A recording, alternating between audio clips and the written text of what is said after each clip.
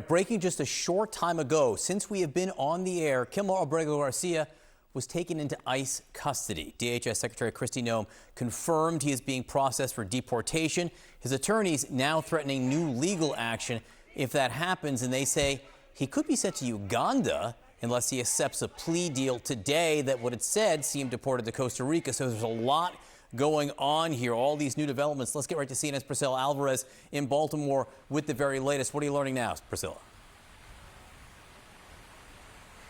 Well, John, there have been multiple developments within the span of 2 hours. It wasn't that long ago that Kilmar Abrego Garcia was standing right behind me along with his wife as he was thanking organizers and his family before going into that federal building behind me to check in with Immigration and Customs Enforcement.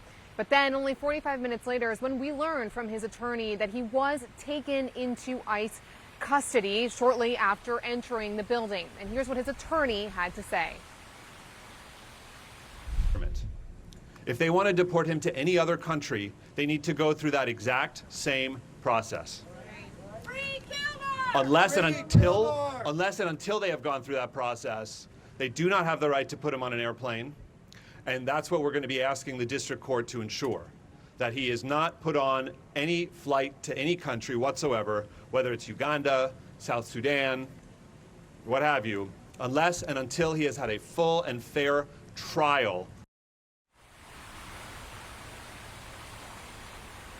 Now, the big question here, John, is where he is going to be deported. That is exactly what his attorney was talking about there. Previously, the administration had offered a plea deal that if he were to plead to 2 federal charges and carry out his criminal sentence here in the United States, that he'd be deported to Costa Rica. But if not, the Trump administration would deport him to Uganda, a country with which he has no ties to. That has been something that the administration has leaned on often, the removals to third countries.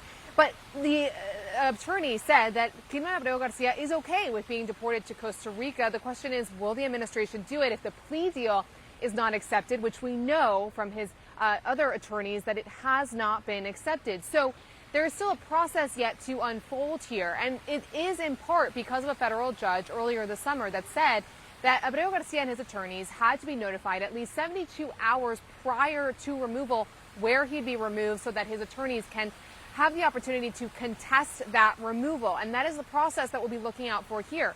His attorney also saying they filed a new lawsuit contesting, again, his deportation and his detainment, because his attorney stands by the fact that there is no reason for which he should be detained right now. He was already under monitoring.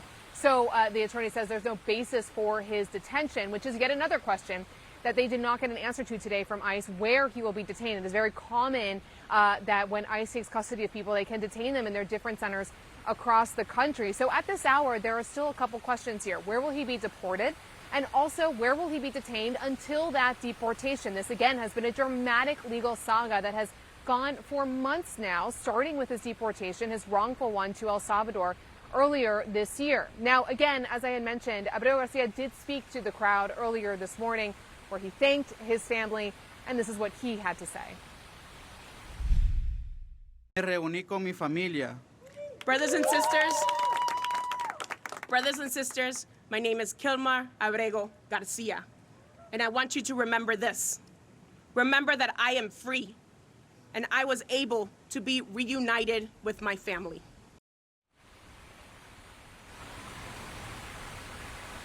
Now, again, his fate and his future is still uncertain at this hour, but the fact that we do know is that he is in custody in the building behind me here in Baltimore. John? Yeah, that was just after 7 o'clock in the morning when he said, I am free. By 8 o'clock, 8:15, no longer the case. Priscilla Alvarez in Baltimore watching it all unfold. Great to have you there. Thank you very much.